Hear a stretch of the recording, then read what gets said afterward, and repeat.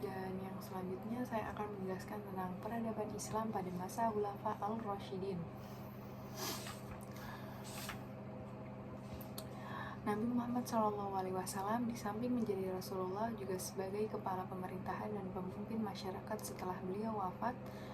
Fungsinya sebagai Rasulullah tidak dapat digunakan oleh siapapun manusia di muka bumi ini. Karena pemilihan fungsi tersebut ialah mutlak dari Allah Subhanahu wa Ta'ala. Fungsi beliau sebagai kepala pemerintahan dan pemimpin masyarakat harus ada yang menggantikan. Dan selanjutnya, pemerintahan Islam dipimpin oleh 4 orang. Yang 4 orang ini ialah sahabat ia sendiri. Yang pertama ialah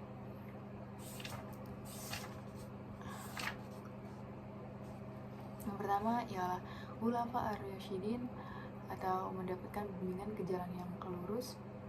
Atau keempat itu ialah salah satunya ialah yang pertama ialah Abu Bakar As-Siddiq.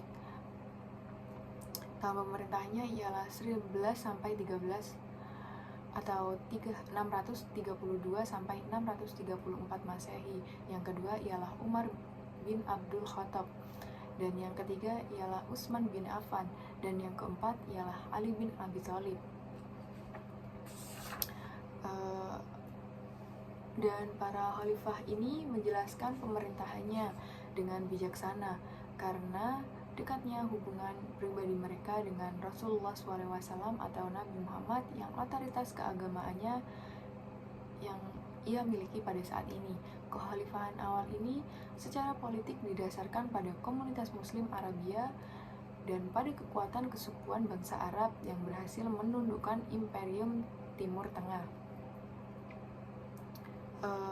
Meskipun hanya berlangsung 30 tahun, masa Khulafa al-Rasyidin ialah masa yang penting dan dalam sejarah Islam yang ada di Indonesia. Khulafa al-Rasyidin sendiri berhasil menyelamatkan Islam dan mengkonsolidasikan, meletakkan dasar bagi keagungan umat Islam yang ada di Jazirah Arab. Dan Khalifah Abu Bakar menyelamatkan umat Islam dari perpecahan karena masalah pergantian kepemimpinan. Setelah wafatnya Rasulullah, ia juga menyelamatkan Islam dari bahaya besar orang-orang murtad dan nabi-nabi palsu yang beredar dan mempertahankan kebenaran Islam yang ada di sana. Untuk Khalifah Umar berhasil mengkonsolidasikan Islam di Arabia, mengubah anak-anak padang pasir yang liar menjadi bangsa pejuang yang berdisiplin dan menghancurkan kekaisaran Persia yang ada di sana dan kekaisaran Bizantium, serta membangun suatu imperium yang sangat-sangat kuat, yakni meliputi negara yang pertama ialah Persia, Irak, Kaldea, Syria, dan Palestina. Dan yang terakhir ialah Mesir. Khalifah Utsman menambah ekspansi Imperium Arab yang lebih jauh di Asia Tengah dan Tripoli. Pemerintahannya patut dikenang karena terbentuknya Angkatan Laut Arab. Dan untuk Khalifah Ali berusaha keras untuk mengatasi kekacauan-kekacauan di dalam negeri ini karena perkembangan dalam peradaban Islam yang ada di sana. Yang pertama ialah membukukan Al-Quran. Penulisan ayat-ayat Al-Quran sudah dimulai sejak zaman Rasulullah SAW. Bahkan sejak masa awal diturunkannya Al-Quran yang diwahyukan secara berangsur-angsur selama sekitar 23 tahun. Setiap kali menerima wahyu, Rasul selalu membacakan dan mengajarkannya kepada para sahabat serta memerintahkan kepada mereka untuk menghafalkannya. Rasul sendiri juga memerintahkan kepada sahabat agar pandai menulis, agar menulisnya di pelepah-pelepah kurma atau lempengan-lempengan batu dan kepingan-kepingan tulang.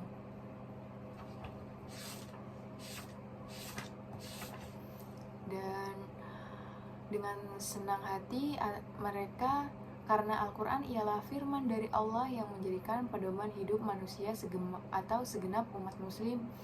Rasulullah memberikan nama surat juga urut-urutannya dan tata tertib ayatnya sesuai dengan petunjuk Allah. Tulisan ayat-ayat Al-Quran itu di samping rumah Rasulullah SAW, masing-masing sahabat juga menulis untuk disimpannya sendiri. Pada masa hayat Rasulullah SAW, tulisan-tulisan itu belum dapat dikumpulkan dalam satu mushaf, tetapi masih berserakan. Dan yang ketiga ialah perkembangan ilmu pengetahuan, dan yang ketiga perkembangan sastra, dan yang keempat ialah perkembangan arsitektur yang ada di Jazirah Arab. Dan yang selanjutnya ialah peradaban Islam pada masa Umayyah Timur. Umayyah Timur yang dimaksudkan dalam tulisan ini ialah sebuah yang didirikan oleh keturunan Umayyah atas Muawiyah, yakni pada 661 sampai 680 Masehi yang berpusat di Damaskus. Ia berbeda dengan Umayyah Barat yang berkedudukan di Andalusia. Daulah Umayyah sendiri atau di Umayyah Timur merupakan fase ketiga kekuasaan Islam yang berlangsung selama lebih kurang 1 abad atau 661 sampai 750 Masehi. Fase ini bukan saja menunjukkan perubahan sistem kekuasaan Islam dari masa sebelumnya, yakni masa Nabi dan Khulafaur Rasyidin, melainkan juga perubahan-perubahan lain di dalam bidang sosial, peradaban, atau ciri penonjol yang ditampilkan dinasti ini.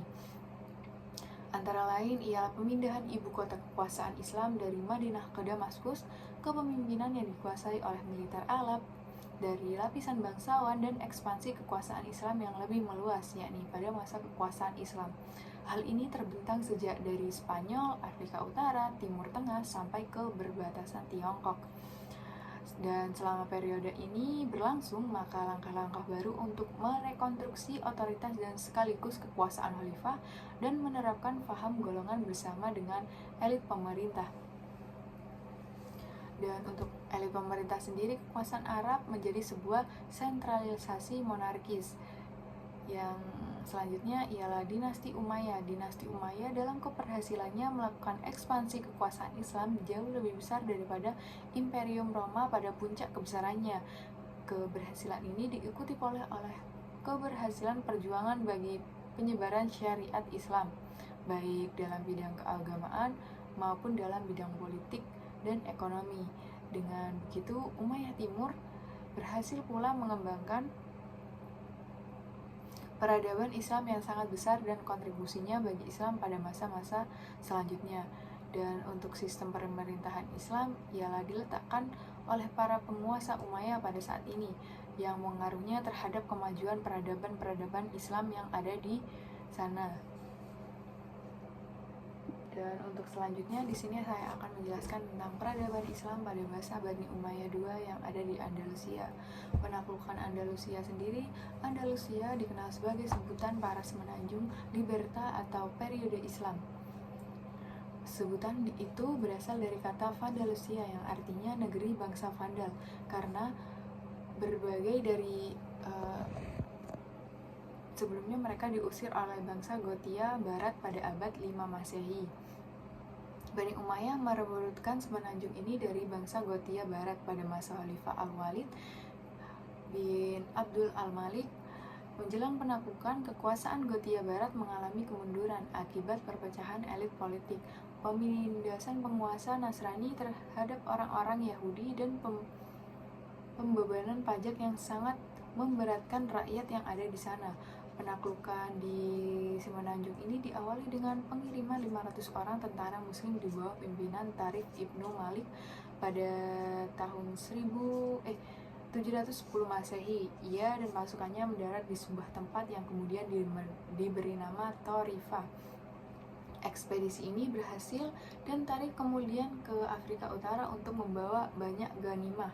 Musa ibn Nusair, Gubernur Jenderal Al-Maghrib di Afrika Utara pada kala itu, kemudian mengirimkan 7.000 orang tentara di Afrika dan berlimpah pada Tariq ibn Yazid. Ekspedisi kedua ini mendarat di Bukit Al-Balas Ibladar atau Jabal Al-Tariq pada tahun 71, yakni bukti kena tentara musuh yang akan dihadapi jumlahnya yakni 100 orang.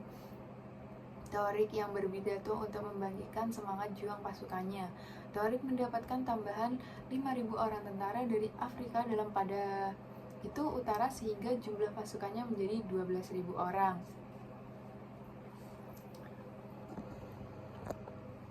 Pertempuran pecah di dekat muara Sungai Salado atau Lagun Janda pada bulan Ramadan atau Juli. Hal ini mengawali chemistry berikutnya sampai pada akhir penanganan Torik dalam pertempuran yang Toledo atau ibu kota Gothia Barat yang dapat direbut pada bulan September, dan tahun itu juga Juni 720 Musa berangkat ke Andalusia membawa 18.000 orang tentara dan menyerang kota-kota yang belum ditaklukkan oleh Al-Torik. Sampai bulan Juli tahun berikutnya, kota kecil Talavesa ini menyerahkan kepemimpinan kepada Musa. Pada saat itu pula Musa memaklumkan Andalusia menjadi bagian dari wilayah kekuasaan Bani Umayyah yang berpusat di kota Damaskus. Penaklukan ini selanjutnya diarahkan ke kota-kota di bagian utara. Hingga mencapai kaki pegunungan Pyrenees, di balik pegunungan itu terbentang tanah Galia di bawah kekuasaan bangsa Prancis, atau Musa berambisi menaklukkan wilayah di balik pegunungan itu. Nama Khalifah Al-Walid tidak merestui, bahkan ia memanggil Musa dan Torik untuk pulang ke Damaskus. Serta berangkat, Musa menyerahkan kekuasaan pada Al-Aziz bin Musa, atau Al-Aziz berhasil menaklukkan Andalusia sebagai bagian timur ini, sehingga dengan demikian seluruh Andalusia sudah jatuh ke tangan umat Islam, kecuali Golia. Golia sendiri menjadi kawasan yang terjal dan tandus di bagian barat laut semenanjung itu. Andalusia menjadi salah satu provinsi dari Daulah Bani Umayyah sampai tahun 1320 Masehi. Selama periode tersebut, para gubernur Umayyah di Andalusia berusaha mewujudkan impian Musa bin Nusair untuk menguasai Galia. Akan tetapi pada pertempuran Poitiers di dekat Tours pada tahun 732 Masehi, tentara Islam di bawah pimpinan Al-Rahman Al-Ghafiqi dipukul mundur oleh tentara Nasrani Eropa di bawah pimpinan Karel Martel. Itulah titik akhir dari serentetan sukses umat Islam di utara pegunungan Pyrenees. Setelah itu mereka pernah meraih kemenangan yang berarti dalam menghadapi serangan balik kaum Nasrani Eropa yang ada di sana. Pada tahun 750 Masehi, Andalusia menjadi salah satu provinsi dari Daulah Bani Abbas. Sampai ketika Daulah Bani Umayyah Damaskus runtuh pada tahun 1320 Masehi, Abdullah Al-Rahman bin Umayyah, cucu Khalifah Umayyah ke-10 yang berdiri sendiri pada tahun 1380 Masehi. Sejak proklamasi itu, Andalusia memasuki babak baru sebagai sebuah negara yang berdaulat di bawah kekuasaan Bani Umayyah, ya Umayyah II, yang beribu kota di Cordovia sampai tahun 440 atau 1031 Masehi. Yang selanjutnya, yang terakhir ialah perkembangan peradaban Islam pada masa Daulah Abbasiyah. Yang pertama, Abbasiyah, perkembangan ilmu pengetahuan sangat-sangat maju. Kemajuan peradaban Islam sendiri mengalami puncak kejayaan pada masa Daulah. Ilmu pengetahuan diawali dengan penerjemahan naskah-naskah asing, terutama yang berbahasa Yunani.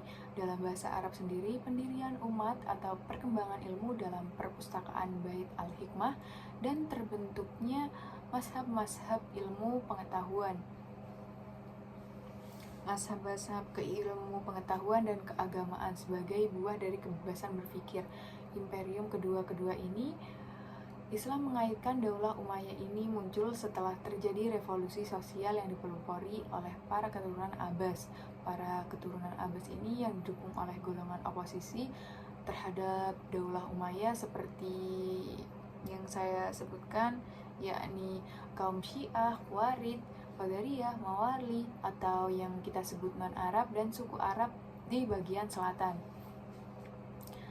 Untuk yang selanjutnya ialah kemajuan peradaban Abbasiyah sebagai stabilitas politik dan kemakmuran ekonomi. Pada kerajaan ini, pusat kekuasaan Abbasiyah berada di kota Baghdad.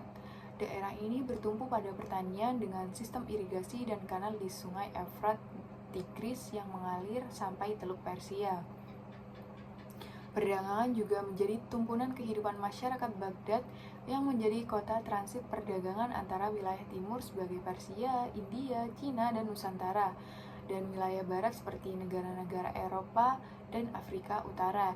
Yang sebelumnya ditemukan ialah jalan laut menuju timur melalui Tanjung Harapan di Afrika Selatan. Dan wilayah imperium ini membentang sepanjang 6.500 km dari Sungai Indus di India sebelah timur sampai ke perbatasan barat Tusinia, Afrika Utara di sebelah barat dan seluas 3.000 km dari Aden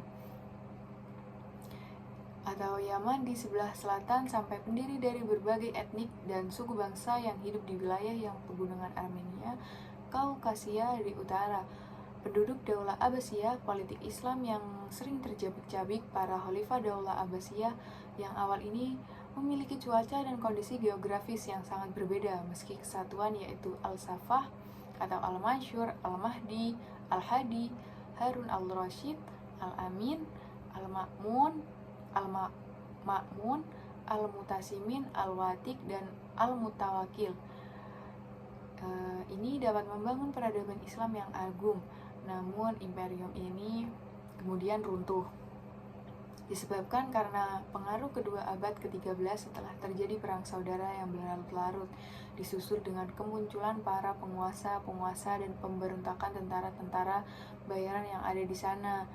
Dan yang selanjutnya ialah revolusi pada masa Abbasiyah yang pada sejumlah alasannya mengapa?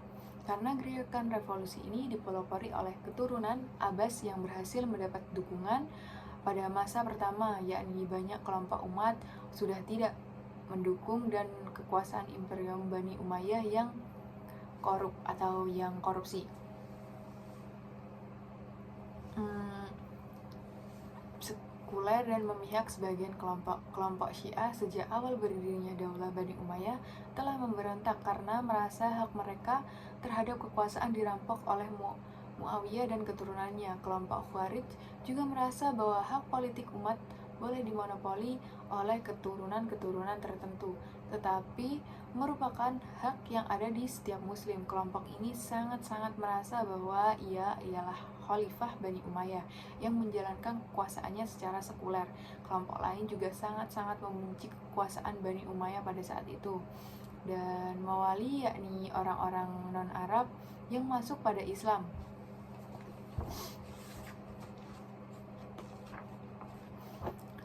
Mereka yang kebanyakan berasal dari Persia merasa tidak diperlakukan setara dengan orang-orang Arab karena mendapat beban pajak yang sangat-sangat tinggi.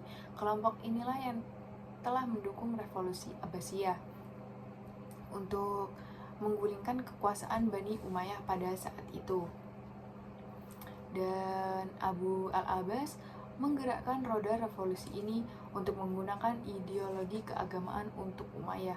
Mengapa? Karena menyebarkan ideologi sendiri, mereka dapat menggunakan atau mereka dapat meruntuhkan legitimasi kekuasaan Bani Da'i yang disebarkan ke pelosok-pelosok di wilayah Imperium Bani, terutama di bagian timur.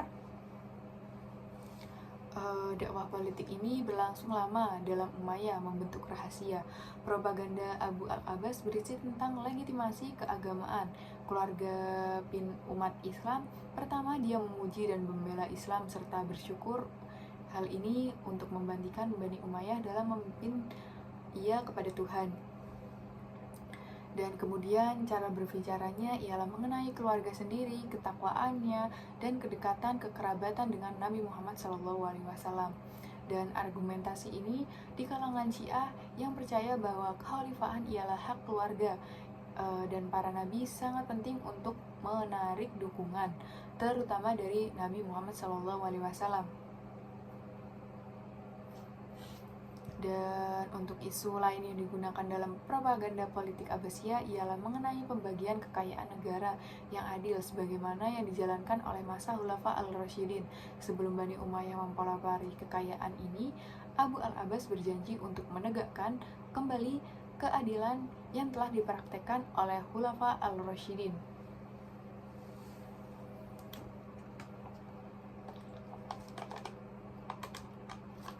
Propaganda sendiri, yakni revolusi Abbasiyah, juga menarik banyak orang karena nuansa keagamaannya. Menurut propaganda ini menggulingkan kekuasaan Bani Umayyah yang diperintahkan oleh agama karena komitmen mereka dalam menegakkan syariat Islam sangat-sangatlah rendah. Mengapa? Karena Bani Abbas meyakinkan para pendukungnya bahwa Bani Umayyah tidak bisa memerintahkan umat berdasarkan ajaran Nabi Muhammad atau Rasulullah SAW. Karena itu, memberontak terhadap kekuasaan Bani Umayyah tidak hanya hak bagi setiap umat, tetapi juga kewajiban. Dan untuk Bani Abbasiyah sendiri meyakinkan umat untuk mengembalikan kekuasaan dan keluarga ke Rasulullah SAW. Namun berbeda dengan klaim Syiah yang menarik garis keturunan Nabi Muhammad dari pamannya, yakni Abu Thalib.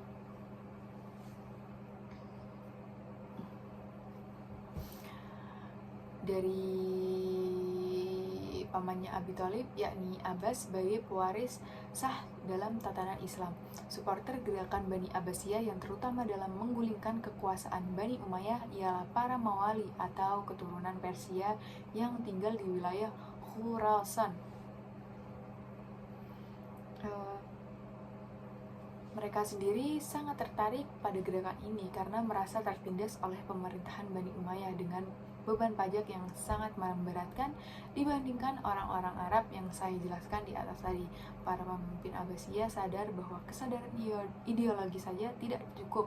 Kekuatan tentara dan senjata lah yang menentukan dalam menggulingkan imperium Bani Umayyah yang ada di sana dan yang masih memiliki pasukan yang sangat-sangat kuat.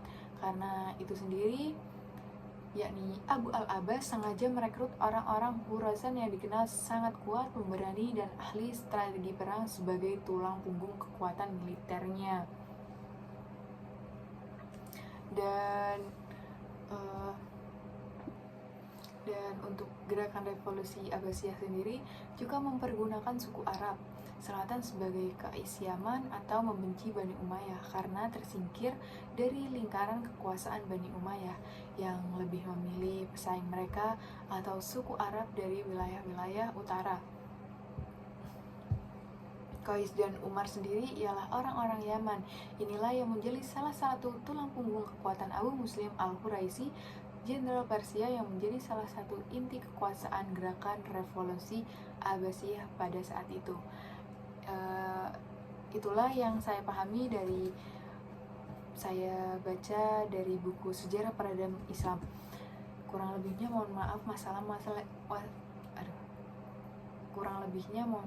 Wassalamualaikum warahmatullahi wabarakatuh.